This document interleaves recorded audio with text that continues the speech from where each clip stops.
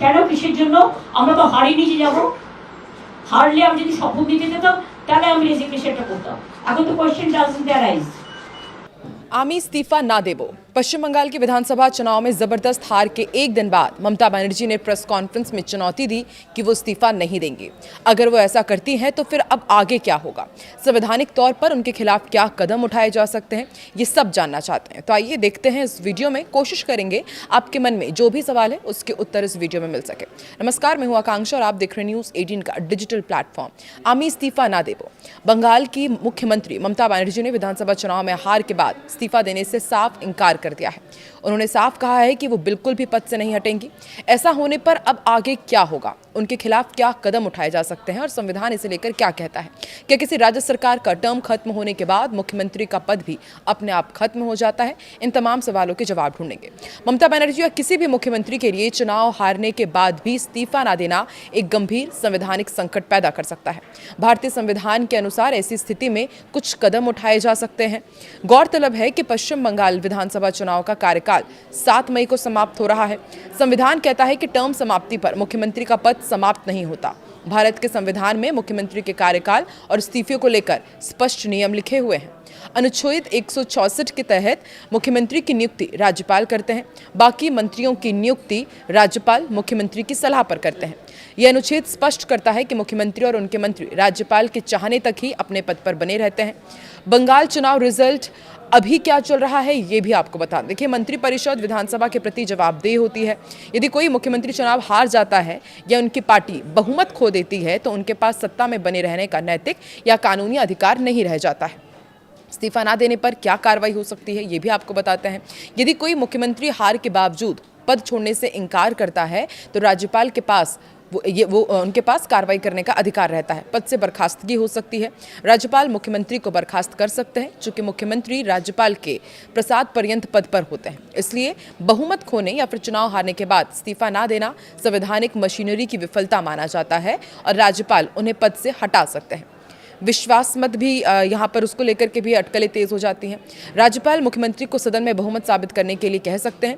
यदि वो हार चुकी हैं तो वो बहुमत साबित कर नहीं पाएंगी और सदन में अविश्वास प्रस्ताव के जरिए उन्हें उठाया जा सकेगा। ये तो बिल्कुल साफ है कि अगर तृणमूल के पास बहुमत नहीं है तो सरकार जारी नहीं रह सकती। ममता बस नई विधानसभा के गठन तक केयरटेकर मुख्यमंत्री के रूप में बनी रह सकती हैं।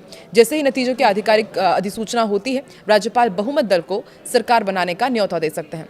उस स्थिति में उन्हें पद छोड़ना ही होगा। अगर इस्तीफा नहीं देंगी तो भी नई सरकार बनेगी। ममता का इस्तीफा नहीं देने का कदम आमतौर पर प्रतीकात्मक ही माना जा रहा है। प्रतीकात्मक ही रहेगा क्योंकि उनकी पार्टी चुनाव में हार चुकी है। विधानसभा का टर्म खत्म हो चुका है और राज्यपाल बीजेपी को सबसे बड़ी पार्टी और बहुमत हासिल करने के बाद सरकार बनाने के लिए आमंत्रित करेंगे। लिहाजा उनके इस्तीफा नहीं देने से सत्ता ट्रांसफर नहीं रुक सकता।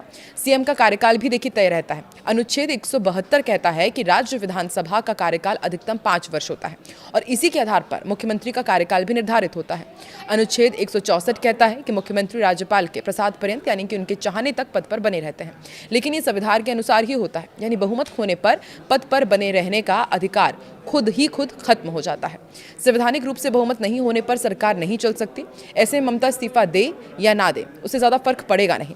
सत्ता परिवर्तन संवैधानिक तौर पर तय प्रक्रिया के अनुसार ही होगा। तो सुरक्षा बलों की भी मदद ली जा सकती है क्या? यदि बर्खास्तगी के बाद भी कोई मुख्यमंत्री कार्यालय खाली नहीं करता तो कानून व्यवस्था बनाए रखने के लिए सुरक्षा बलों की मदद ली जा सकती है। ऑफिस खाली कराया जा सकता है। अब ऐसे में आप भी जानना चाहते होंगे कि क्या ऐसा पहले हो चुका है भारत में? देखिए, अभी तक तो ऐसा कभी नहीं हुआ है भारतीय राजनीति में। भारतीय राजनीति में विधानसभा चुनाव में हारने के बाद सीधे तौर पर इस्तीफा देने से मना करने के मामले नहीं हैं। ये लोकतंत्र की परंपराओं के खिलाफ है। इसके साथ ही ममता ने कई गंभीर आरोप भी लगाए आज प्रेस कॉन्फ्रेंस में। सत्ता की कुर्सी रहे या जाए, लेकिन मैं लोकतंत्र के इस लूट के सामने समर्पण नहीं करूंगी, ये कहना है ममता बनर्जी का। बंगाल की राजनीति में आए सुनामी के बीच ममता बनर्जी ने यह हुंकार भरकर सबको चौंका दिया है। पश्चिम बंगाल की सत्ता हाथ से फिसलता देख जहां इस्तीफे के कयास लगाए जा रहे थे, वहीं दीदी ने साफ कर दिया कि फिलहाल हार मानकर वो पद नहीं छोड़ेंगी। लेकिन साथ ही उन्होंने ये भी बड़ा ऐलान कर दिया कि अब वो कोई उपचुनाव नहीं लड़ेंगे। उन्होंने दो टूक शब्दों में कहा कि जब चुनावी मशीनरी ही बिक चुकी है तो चुनाव लड़ने में क्या मायने। ये महज एक हार नहीं, ममता का खुला विद्रोह है जिससे वो अपनी हार का असली विलन मानती हैं।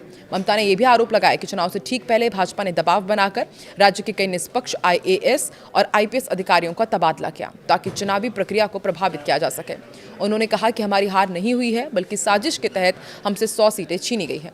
ममता बनर्जी ने चुनाव आयोग की स्वायत्तता पर भी सवाल उठाए। दावा किया कि अधिकारियों को बदलकर प्रशासन को पंगु बना दिया गया, जिससे मतदान और मतगणना में धांधली का रास्ता साफ हुआ है।